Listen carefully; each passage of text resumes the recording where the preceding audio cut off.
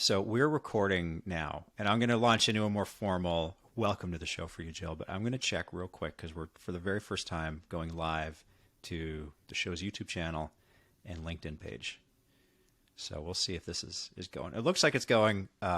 Who knows? Well, it's a test. It's a tester. Anyway, Jill, it's great to have you on the show. Thanks for being here. Oh, thanks for having me. I always love speaking with you, Adam. We just did an episode of your show, a couple weeks ago? Yeah.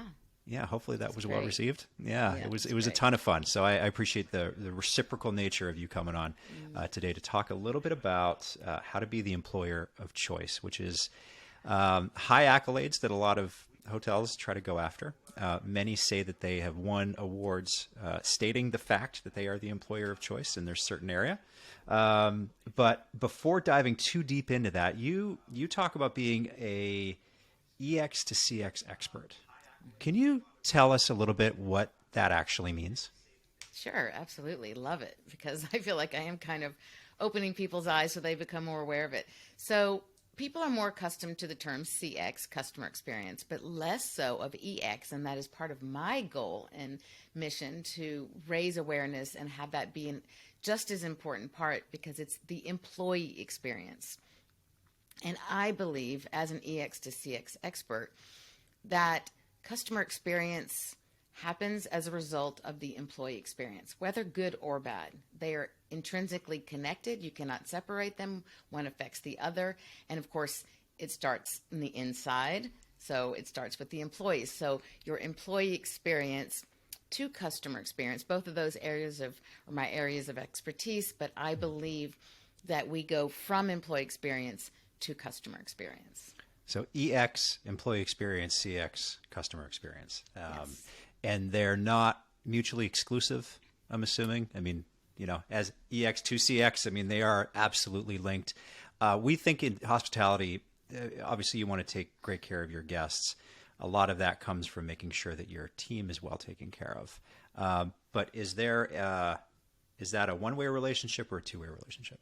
Oh, no, there's never a one-way relationship in life, right? Like, and no matter what area you're applying your interpersonal skills, there is never, ever a one-way street. And so they're very much connected, right? In terms of EX and CX, the customers are feeding off of and responding to, reacting to, sometimes and often, the employees that they are interfacing with. And likewise, as especially in the pandemic, sadly, many employees, staff members now feel the emotions, let's just say, of the customers, right? And so there is always an exchange. When you have two human beings and your energy is there, present, and you're interacting with one another, hopefully interacting and not just transacting, then you're bound to be intrinsically connected and tied together 100%. Yeah. How are you looking, or how are your clients looking at this today? And I guess the lens through which I'm asking the question is there's been a lot of anecdotal stories. And I mean, we see it on the news, how, number one, how difficult it is to search. Some customers are maybe more difficult than normal, and there's a lot of reasons for that. But we're not going to get into that specific level of detail. It's just that you see stories and you hear from colleagues that it's very tough on the front line today, maybe more so than normal. And then a lot of businesses obviously are having trouble finding people to actually do the shifts, and you're seeing that kind of cascade through their businesses and the operation, how people are taken care of. So you're sort of stuck in this vicious circle here. How are you looking at this today? And have you changed your perspective on how to help businesses improve employee and customer experience given just the nature of the world today? That's a very interesting question. And ironically, I have not needed to change because my methodology is called the Inside Out Framework. And what I believe, my trainings, my teaching, my perspective comes from every aspect of my upbringing in the franchise business, to the multiple careers that I've had, living and working across countries, across continents. So that has been what's led me to create this inside out framework. And I've ironically been saying that we need to look at our people, because people are people first and their customers second. And I believe when I say the word customer, I also use that for the employee, because I do believe that our business leaders, our owners, need to look at our employees as their first line customer, right? Their internal customers. And so I really do think that it's very important to recognize that this has always been the case, right? It's the people in your business who either make or break your business. They're representing you. And so I've been saying this before the pandemic, and the good news is that finally, sadly, because of the pandemic, but as the silver lining result of that, is that people, business owners and business management is finally understanding what I've been saying all along, that you have to look at your people, prioritize your people first, and the rest will follow. Yeah. What is that inside out framework? Can you give us a sense of what that looks like? Sure. So generally, it's a quick overview is like 5 quick, simple steps. 1, it always starts at the top with your core values, your vision, and your mission. And while it sounds pretty cliche, I think many businesses don't do that, or they have established it. They stick it on the, in a frame on the wall, or it goes in a file cabinet. It's never looked at. It's never incorporated into their systems. And that is the key thing. Of course, in hospitality, right? Ritz-Carlton is most famous, Horst Schultz, with his standards of practices of values that are implemented every day and repeated. And that is how it should be. That is ideal. So in order to do that, you have to first have super clarity on what that is. And I should add, Adam, that right now is the perfect time to revisit what those are, because of the changes in the pandemic and because they were established pre-pandemic. And I think one of the biggest problems is that companies are working on pre-pandemic thinking. If it was established before 2019 or in 2019, where business was booming and people didn't have time to invest or do anything because they were so busy, well, now it's kind of the opposite.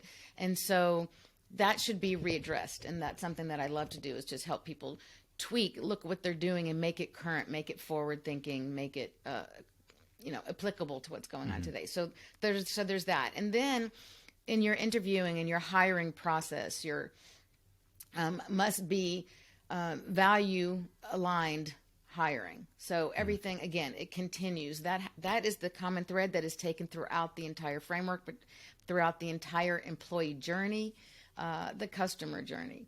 So, and looking at the top for internal referrals, because it ends with external referrals. But if you look internally also to find those great people who are like you, you've already gone to all that great work, like use your people from within, mine the gold from within. And then onboarding, I think the big differentiator for me, I use my E3 formula is kind of the foundation. And the first step is educate. And that's where it comes in. Where you're educating your people, not just training them, right? You can program these days, right? We're seeing more and more robots to do a lot of the businesses. You can train an orangutan to smile, but it's not just about the training or doing the rote skills. It's about the understanding of the values of who you are, what you stand for, what behaviors are expected of you as you engage with your guests. So it's all of those things that are important and included in the onboarding stage. And then the engagement, which is the second E in the E3 formula, is engagement, really side by side, showing them, not telling someone what to do, but really showing we are a family. We all jump in and we all do it. The E3 formula. So you've educated, you've engaged with, and the third E is entrust. And that is crucial, because when you have shared goals and you're working towards a common purpose of the company, not task oriented and divided in silos or in different departments, then you can trust now that your people are going to serve you well. And when you let go of that, not only do you gain back time as well as managers and leaders or independent owners, your business is going to flourish, because now you have time to have some balanced life or focus on a different part of the business, or maybe even something with your own personal business. And of course, last is fortune follow through. It's ongoing education for your people, investing in your people, letting them know that we care about you for who you are, and we're invested in your growth, both within the company, but as a person. And so that way too, they add value as they hopefully move up within your own system. And to stop, do a retrospective, see what's working, what's not, fix it, re-implement, and that call to action of asking for referrals, both internally and externally. So that was a mouthful, but that's a lot. Yeah. But I think it's great. You know, I've been fortunate enough to work with several organizations that do well in some or most of those things. But I've worked with a lot of organizations since I've gone off and been doing my own thing, where there's a lot of discussion about we're very good at all of the things that you just outlined. And I'm getting to the point of, you know, being an employer of choice and how this all ties together. But when you see it in practice on a day-to-day basis, or maybe you don't even, maybe it's not seeing it in practice, but you start to see hints of where it doesn't really exist. To your point earlier, it might be on paper, but it's not put into practice in a way where, you know, maybe companies are having trouble hiring people, or maybe there's it's not hiring, it's a retention problem. People just don't want to stick around, or there's high levels of disengagement, or it's just sort of a toxic me first sort of a culture within the company, and everyone's very territorial and nobody's working together towards a common goal. So you start to get like hints where there might be problems. But from your experience, what are the hurdles? It's very easy to say we're doing all of these things. It's very hard to look in the mirror and say we're falling down in X, Y, and Z places. When you go into an organization and you're trying to assess what's going on, what are you looking for that goes deeper than everybody telling you, no, this place is great. You don't have any work to do here? Yeah. So the first thing I like to do is what I call a gap analysis. And so what we've learned, Bain & Company has done a study, and it's a stat that I use all the time because I think it's just really enlightening, that they discovered that 80% of executives, owners, leadership believe they're delivering an outstanding customer experience, while only 8%, single digit, so from 80 to 8% of customers would agree with that. So that is a huge disparity and a very dangerous chasm to work within, because you can count on, no matter how much you say that you think your business is doing great and you've told them this or you've provided that for them, if you're not following up and you don't have systems within, if you're not creating the relationships, then guess what? That's why your customers, only 8% of them actually feel like you're delivering what you think you are. And I think that's really the key. So the first thing is to do a gap analysis to discover what that perception gap is. And it's, you know, important that once we do that, you take the data, you find out where the holes are, the gaps are, and then to create a solution, co-create actually a solution to build that bridge so that businesses in fact can then be delivering in reality what they think they're delivering. Yeah. Yeah. That's an interesting point. I think that ties in really, really well, I think, to company culture. And some of the more hard to, maybe more sort of up in the ether way, less definable characteristics, I guess, of company culture is the ability to change your mind when you get new information, maybe to change policies when you get new information. And going through a gap analysis like this, I imagine would open the eyes of people who would be perceived to be in a position of authority in the organization that should be the culture drivers. And I'd like to get your take on this. Do culture-driven organizations, are they typically more top-down run, or are they more bottom-up, or does it tend to be a more flat organizational structure? Yeah, I think it's more flat. I mean, there's a juxtaposition that happens here. So it has to start from the top, right? They have to set their values, who they are, what their goal is. And then it's up to them to hire according to that, as I talked about in my first step. So once you've done that, now you've created this team of people who are aligned in their values, in their work ethic, in their goals. And when you have that, then as a part of that, it's bottom up and top down, and it's really both, and it's the meeting of the minds in between, because I believe that we need to create leaders at every level. And when you go through the E3 and you've gotten through the trust, then people are empowered. And when you have empowered employees, you have productive, happy employees.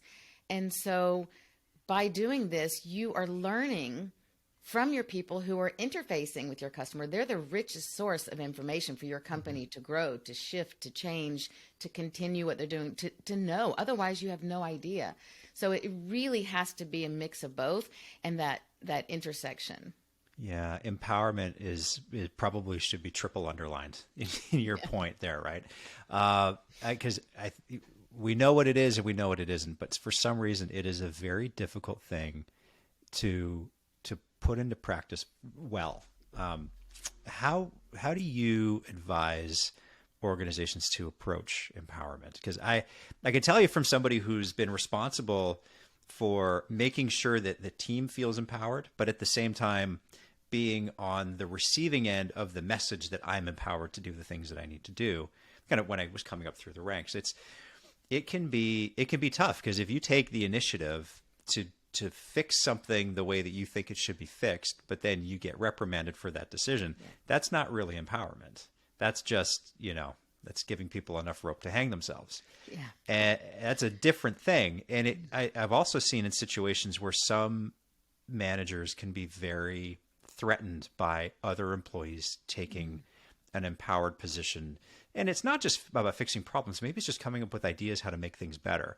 Maybe there's a barrier that was put in place by the people within the organization, thinking that they were solving one problem, but it created a whole host of other unforeseen issues that then needs to get unwound and thought about in a new way. And the people who are doing the job, who are impacted by that process, that broken process, can come up with great ideas on how to fix those things. But if you're insecure as a manager and you don't want those opinions to come up, that completely stifles empowerment. So you might have empowerment on the wall as a core value of your organization, but it looks very different. I like to say, like on a regular Tuesday in February, when it's got to be put into practice, than it does sitting on your wall. Yeah. Well, first of all, it's huge. What you've just said is so important. And I think, and I love it because it also highlights and reflects back to the second part of my framework, because you have to hire and be very careful about not just do warm body hiring, I call it, right? That's the biggest problem, especially now with the problem with lack of staffing.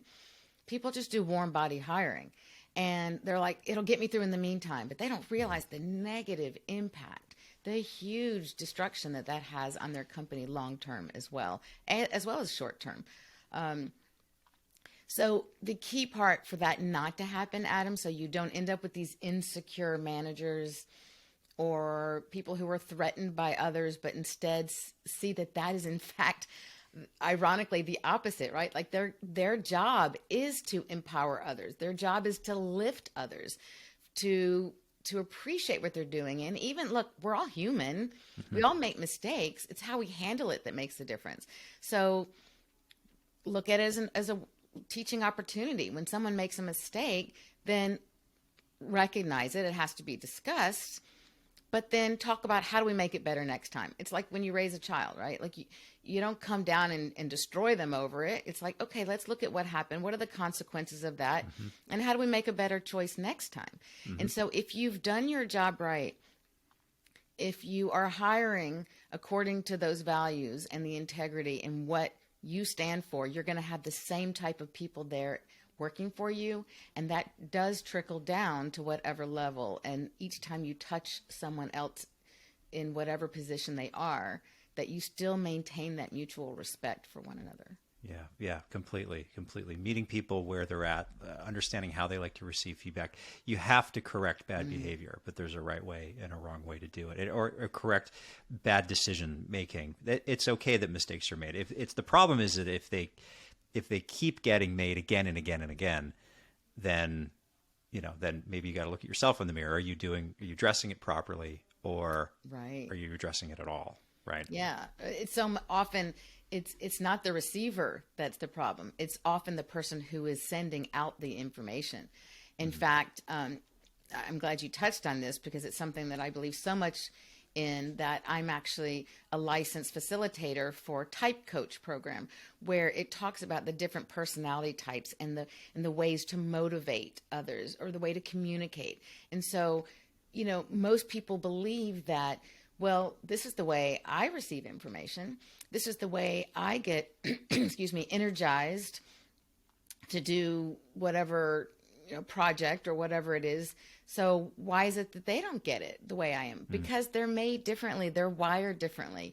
And so one of the cool things about this type coach is that I'm able to, everyone does their own self-assessment and verifier of what they are. And then you put them in and you can see how they relate to one another. And you can see how, okay, with this person, I know how I am, especially as management. Now I know what their type is. And now I know how I need to speak to them. How much time do I need to allow them to process what it is? Where like maybe for me, I'm like, okay, got it. Let's make a decision. Let's roll. Right. Someone else is like, no, God, like slow down. I need to take it in. I need time to think about it. And then, or maybe they're super quiet and you're thinking, oh, they're not contributing anything to this team. And no, it's just because they're not blah, blah, blah, like other, right? The extroverts and who just want to hear themselves talk. They're back there maybe thinking and being creative about some solutions. So it's really important to understand the other person's needs and who they are and how they participate, how they process information. Yeah, that's such a great point. I mean, we could get into the introverted extroverted conversation. That's probably a different podcast. Yeah. But yeah, it's easy for people who aren't typically outgoing and kind of effervescent. I rarely use that word, but in their personality, it's a good one. Yeah. I just had a vision of a few people sitting in boardrooms that with in the past. That if you can't, it's very hard for people that can't bring that energy every day. And I don't mean bring that energy in a bad way. It's like you just have a different vibe about you.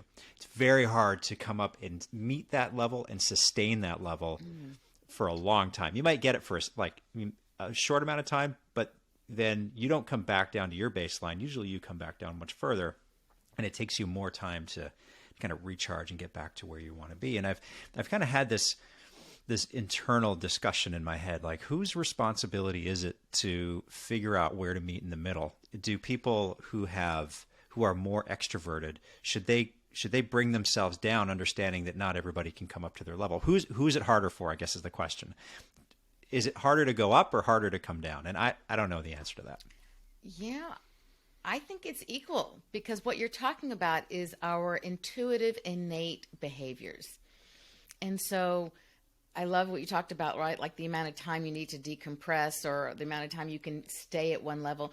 You're correct that even if we are a certain type, we all have the ability to perform and behave in the way of the opposite type, but it's just not who we are innately. And so it will take much more energy. It'll take much more effort. And to do that, you exhaust much more quickly. Right? It's like the gas in the tank, right? Like, so for someone who's an extrovert, and that's just one part of the personality. It's the first letter and the easiest one to talk about. And it doesn't have anything to do with being shy. It's really different. It's that you get your energy from other people. You find fun in a good debate or controversy because you're learning more and you're getting to another solution. Whereas someone else might think, oh my God, like they'd shudder because they'd feel like shy away from anything that they perceive as conflict. But an E would say it's not conflict. We're just talking it out. We're hashing it out. And I would totally freak from that. And so the amount of gas in the tank For an E, they could go all day like that. But for an I, they could maybe participate for a short time. But like once like that quarter of their tank is done, they're emptied Done. out, right? They're Yeah. gassed. So Yeah. I think it works both ways because each is living into their intuitive self, and then Yeah. for them to change that, it's the same energy. I think the danger comes when you start to pin engagement and care in your position based off of how extroverted you are in your sharing your opinions and engaging in that debate. And that's I mean, I personally have had those discussions myself in the past where I tend to be a little bit more reserved and sit back and thoughtful and try to get as much information as I can to then form an opinion and then kind of come out and say what I think. And sometimes the conversation's already over and the meeting's done before I get to the place where I've got like, a fully formed thought that I don't just go blah, like just get it out there. And I always found that to be tricky the higher up that I got in the organization. That's really a valid point. Yeah. One of the things that I want to get your thoughts on is company culture is easy to define on paper. In some cases, this is the kind of company that we want to be. This is how we want to take care of our customers and our people and all that. It looks very different on the ground, almost always. Why is that? Where's that gap there? And I'm getting to the point where I think that that's probably a part of the gap analysis that you need to do when you're trying to figure out how to improve your employee experience and your customer experience. Figuring out the gap of desired versus real culture. Mm-hmm. I feel like plays a big part of this. Yeah, it does. It has to do with being open to really hear what the people inside your company working there day in, day out, as well as your customers who are experiencing your company externally. Mm-hmm. What's the reality of what they think and feel? And are you open to honestly hear with no ego of what's going on? Because if you are, that is the richest information you could ever hope for. But if you're not open and if you put ego in it and you're defensive, then no one's going to be willing to share that with you, which is why the gap analysis is all done, anonymously and everyone can speak freely.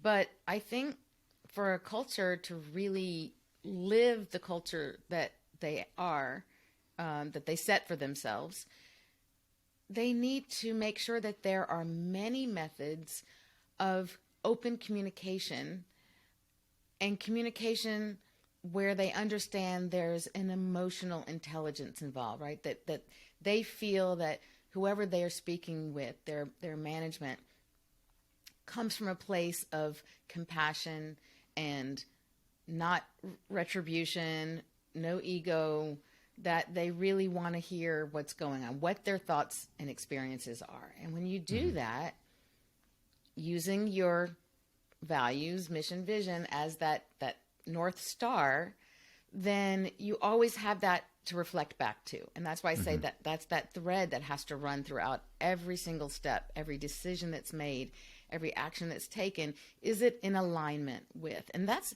a big part of the problem, is that I think where often the gap is that the culture doesn't feel the way it's expected to, is that there's a misalignment. Mm-hmm.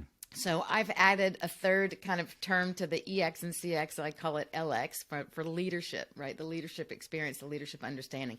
And I see it as a triangle, and each side is equal to the other.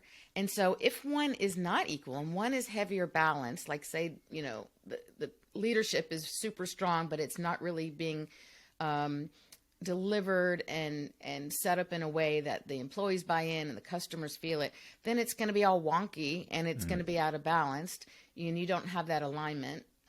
Then that's where it's going to go crazy. So I do think it's really, really important. And I think the way to do that is quite simply to start with great communication that's highly, using a lot of, emotional intelligence, open streams of communication, choice of words, all those things. It takes time, and Yeah. but it has to be prioritized. But Jill, we're short-staffed and we have a busy hotel, and I don't have time to talk to everybody. Yes, I understand. And guess what? You don't even have to talk to you're talking about your employees or your customers? No, I just like, that I can hear that being the refrain, from maybe people who aren't interested in going through the steps to try to fix things. There's always an excuse, right? And it's usually blamed on being short-staffed or too busy or other projects or other things take priority. And I think, I can see that perspective, especially today. If you're down right, they're legit, right? So where do you start today? In the reality on the ground today in a lot of these customer service facing businesses, hotels, restaurants, how do you, if you're trying to get to that place of being the employer of choice with the reality on the ground right now, where do you start? So I think you start with something that I say you have to kind of wean your staff. Like if you don't wean them and explain what it is, then nobody else will. And the wean stands for, the W is work ethic. You have to establish with what your culture is and establish what work ethic you expect from people, what work ethic you produce yourself. And that's really important from the very start. Something that I think I maybe mentioned before. I don't know if I talked about it here or I had my live show earlier today or if I was talking about it there. But really having that work ethic that you work as if it's your own business, and that shines through and everyone will feel it around you. E, expectations.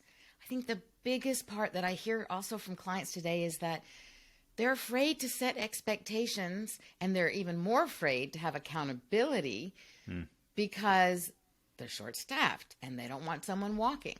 But if you set it up right from the start, you don't have to worry about going back and fixing it. You don't have to worry about if you can't, you have to fire someone who's, bad attitude and all of that. But if you set up the expectations from the beginning and live into those, and when people have expectations put on them, they actually perform better because it empowers them. It gives them pride. It makes them feel responsible. And those are the things that produce good results. So we establish what those expectations are. And only when you establish those expectations can you then hold them accountable. And the accountability is huge. And when you don't hold your people accountable because you're afraid they're going to walk, which I've heard from clients, guess what? Again, just like a child, you have taught them that they can walk all over you. You've taught them that they run the business. They can do what they want, and you will never get from them what you need and what you want. The A is attitude. Again, hire for and foster the attitude that's in alignment with your values and with your teamwork around you. And N is, sadly, there's no value being acknowledged, and the pandemic is changing this, but the employer needs to show value. Right now, there's no sense or feeling that an employee has respect, acknowledgement, that they're heard, that they're seen, that they're entrusted. And so you have to make sure that's there. So people know there's a place to grow, that there's a place that they make a difference. They're a part of something bigger. There's something meaningful. And you've probably heard me say a lot throughout this time we've been speaking, the word alignment.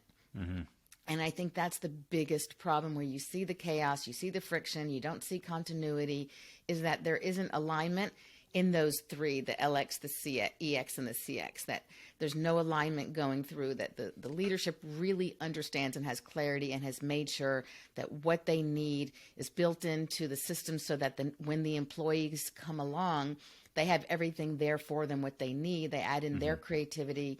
They add in their special personal touch, which makes the company more interesting and unique with the diversity and the belonging. And then that gets passed on to the customer, which has this great experience. And so it's a triangle, but it's this beautiful cycle that has to happen and it has to be balanced. Yeah. Alignment and communication. It always comes back to that. It doesn't matter if we're 2019 or before or we're in the situation that we are True. today. It never changes. And it's never too late to have those conversations again. Even if you think everybody understands, even if you think you've had the conversation 1,000 times with everybody on the team, there's never anything wrong with just, you don't even have to do it in a staff meeting. Just do one-on-ones with your people if you can. And just have the conversation. Ask them the question, do you understand what it is that we're doing here? Why we come here every single day? What is your perspective on that? And from that beginning of the conversation, you're going to be able to weave in everything that we've talked about today, and just to make sure that there's proper alignment and understanding of where everybody's trying to go and how they contribute.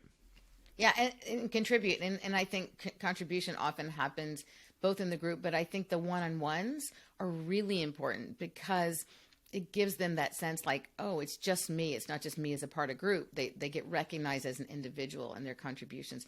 And it also creates that relationship, the bond between your manager, right, and the employee. Yeah. And that's super important. If you want someone to work as hard as they can and to contribute, you have to create that connection, that authentic bond between people, and create relationships. It is a relationship business.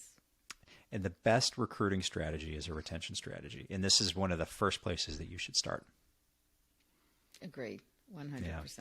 Yeah. Jill, this was enlightening. And I appreciate a lot of the, what you're saying is what I try to do at varying degrees throughout my management career. Sometimes I think I did a good job. Sometimes I know I did a bad job. But I think as long as you're always trying to push forward and make yourself better as a leader and how you contribute to your organization, this is all going to come together and make sense. So even if people listening today think that there's, how do I even attack this? How do I go about this and make it better? Or maybe thinking, I'm great. My team's great. I don't have to do anything.